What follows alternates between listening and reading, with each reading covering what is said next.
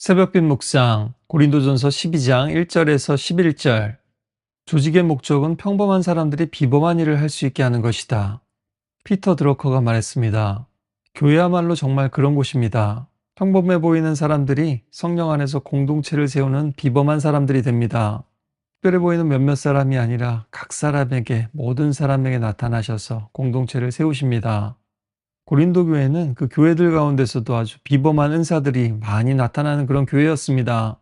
바울은 이미 1장 7절에서 그들이 모든 은사에 부족함이 없다고 했습니다. 문제는 그 비범한 은사가 비교하는 은사가 돼버린 겁니다.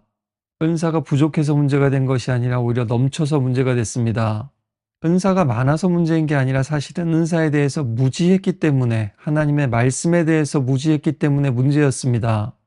그리고 오늘날도 성령의 비범한 은사를 추구하는 사람들과 교회들에게 나타나는 문제이니 그럴수록 이 말씀을 더 잘 새겨야 합니다. 오늘 말씀은 형제들아 내가 너희가 알지 못하기를 원하지 아니하노니 이렇게 시작하는데요. 교정과 경고를 할 때 쓰는 바울의 표현입니다. 10장 1절에서도 이스라엘의 실패를 상기시키면서 이 표현을 썼죠. 1절에 신령한 것들이란 영적인 것들, 영적인 사람들로도 번역될 수 있는데요. 4절에서는 카리스마, 오늘날 세상이 말하는 카리스마가 아니라 그 은혜로 주어진 선물이라는 것을 밝히고 있습니다. 은혜는 내가 얼마나 대단한 사람인지, 높은 사람인지, 성취한 사람인지 보여주는 계급장이 아니라 하나님께서 은혜로 베풀어 주신 선물이면서 또한 하나님의 일과 섬김을 위한 도구입니다. 바울은 또한 고린도 교인들의 과거를 돌아보라고 합니다. 너희도 알거니와 너희가 이방인으로 있을 때 말 못하는 우상에게로 끄는 그대로 끌려갔느니라. 그들은 하나님을 아직 알지 못했을 때 이방 종교와 우상 숭배에 빠져 있었습니다. 그랬기 때문에 그들은 황홀경이나 종교적인 열광이나 신비 체험에 대해서 잘 알고 있었습니다.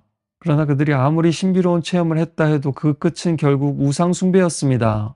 기적이 일어났다고 해도 성령의 역사가 아니었습니다. 문제는 신비로운 체험 그 자체가 아니라 그것을 통해서 무엇을 고백하고 또 누구와 가까워지고 교제하게 되는가의 문제입니다. 말도 못하는 우상에게 끌려다녔습니다. 그러나 성령님은 우리를 끌고 다니시는 분이 아니라 예수를 주님으로 고백하게 하시는 인격적인 영이십니다. 유대인에게나 로마인에게나 십자가에 달린 예수는 주님은커녕 저주받은 자로 보였습니다. 그런데 그 예수를 주님이시다라고 고백하는 것은 말로만 되는 문제가 아닙니다. 또 모두가 시저를 주님이라고 부르는 로마 제국에서 예수를 주로 고백한다는 것은 모든 권세가 예수님께 있고 그 예수님께 충성한다는 뜻이기도 했습니다. 치유나 축사나 방언이나 예언보다 더 근본적인 성령님의 증거는 내 삶의 주인은 예수님입니다 라고 고백할 수 있는 겁니다. 또 입술로만이 아니라 내 삶으로 고백하면서 살아가는 겁니다. 아무리 놀라운 능력과 체험이 있다고 해도 예수님을 높이지 않고 사람을 높인다면 그건 참된 성령의 역사가 아닙니다. 예나 지금이나 종교적인 열정이나 신비한 체험으로 신앙을 판단하고 그런 신앙을 추구하는 사람들이 있습니다. 누가 더 뜨겁게 기도하는가, 누가 더 특별한 경험을 했는가, 누가 더 눈에 띄는 은사를 가졌는가를 봅니다. 그러나 하나님께서는 누가 그 중심에 예수를 품고 살아가는가를 보십니다. 삶의 모든 영역에서 예수님의 가르침에 순종하는가를 보십니다. 바울은 또 은사는 여러 가지나 성령은 같고 직분은 여러 가지나 주는 같으며 또 사역은 여러 가지나 모든 것을 모든 사람 가운데서 이루시는 하나님은 같으니 라고 합니다. 은사의 다양성과 하나님의 하나 되심은 분리될 수 없습니다. 그래서 참된 은사가 넘치는 교회라면 하나님 안에서 하나가 되어 갑니다. 우리에게 주신 다양한 은사들은 분열할 이유가 아니라 하나님의 풍성함을 드러내는 이유가 되어야 합니다. 그러나 안타깝게도 고린도 교회는 다양성을 차별화하고 서열화했습니다. 그러나 바울은 그 다양성이 같은 하나님에게서 온 선물이라고 얘기합니다. 빛이 프리즘을 통과하면 다양한 무지개 빛깔을 볼 수 있지만 빛이 비칠 때는 그것이 나뉘어서 비치는 것이 아니듯이 말입니다. 오늘 말씀에서 또 이 세 가지 표현이 의미심장한데요. 4절의 은사, 5절의 직분과 섬김, 6절의 사역과 활동입니다. 은사는 결국 섬김으로 나타나야 하고요. 은사는 하나님의 일을 드러내고 하나님의 일을 위해 은사가 사용됩니다. 결국 은사는 사명과 사역을 위한 선물인 겁니다. 은사를 통해서 성령께서 나타내시는 일들은 개인의 과실을 위한 것이 아니라 공동의 유익을 위한 것입니다. 공동체를 세우고 약한 자를 돌보고 교회를 통해서 사람들이 하나님의 은혜를 받게 하기 위함입니다. 지혜의 말씀, 지식의 말씀, 믿음, 병 고치는 은사, 능력 행함, 예언, 영들 분별함, 각종 방언과 방언 통역, 신약 성경에는 다른 은사의 목록도 또한 나옵니다. 그래서 성령의 은사가 9가지만 있는 것이 아니고요. 성령께서 다양한 은사를 주실 수 있다라고 말씀하는 겁니다. 오늘날에도 신비주의, 은사주의, 기적을 추구하는 사람들은요, 이 말씀을 가지고 바로 이 말씀이 하지 말라는 것들을 하는 경우가 있습니다. 예를 들면 지혜의 말씀, 지식의 말씀을 거꾸로 이해하고 있다라는 거죠. 그들이 말하거나 추구하는 은사는 초월적인 지혜나 지식입니다. 문제는 그런 능력이 불가능하다라는 것이 아니라요. 고린도전서에서 바울이 말하는 지혜는 세상의 지혜가 아니라 십자가의 지혜였다라는 것입니다.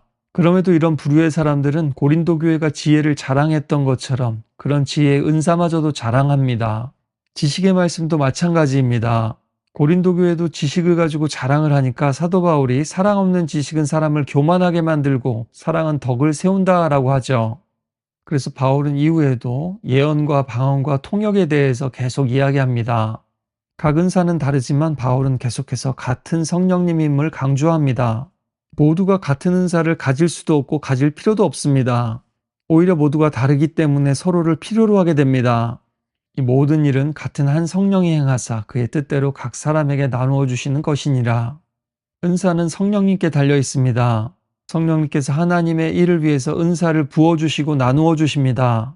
누구에게 무엇이 필요하고 적절한지 성령님의 뜻대로 나누어 주십니다. 달란트 비유를 생각해 보면요. 거기서 핵심은 달란트를 많이 받았느냐 적게 받았느냐가 아닙니다. 많든 적든 그것을 어떻게 사용했느냐입니다. 그리고 그래서 무엇을 남겼느냐입니다. 주인의 뜻을 오해하고 감추어 두고 숨겨두면 결국 심판을 받게 됩니다. 그러나 작은 일이라도 충성하고 열매를 맺으면 하나님께서 너무너무 기뻐하십니다. 주인의 즐거움에 동참하도록 하십니다. 그래서 많은 은사, 큰 은사를 받았다고 교만할 필요도 없고요. 난 받은 게 별로 없어 보인다고 해서 열등감을 가질 필요도 없습니다. 은사를 받았다는 것은 내가 다른 사람보다 더 낫다, 높다라는 뜻이 아니라 성령님께서 공동체를 위해서 내게 맡기신 책임이 더 크다는 뜻입니다. 은사의 목적은 평범한 사람들이 비범한 일을, 하나님의 일을 할 수 있게 하는 것입니다. 그리고 진정한 성령의 사람은요, 비범한 일을 행한 후에도 나 자신이 아니라 하나님을 높이고 나는 무익한 종입니다. 마땅히 제가 해야 할 일을 했을 뿐입니다. 라고 고백하게 됩니다. 오늘 여러분에게 간절히 필요한 성령의 은사는 무엇입니까? 그것을 위해 함께 기도하길 원합니다. 그러나 그뿐만 아니라 그 은사를 통해 예수의 이름을 높이며 주의 일을 감당할 수 있는 참된 지혜와 지식을 달라고 기도했으면 좋겠습니다. 또 우리에게 맡기신 것들이 다 다를지라도 우리 모두가 하나 되어 주님의 몸 된 옥스포드 한인교회를 다 함께 세워나갈 수 있기를 기도해 주시길 바랍니다.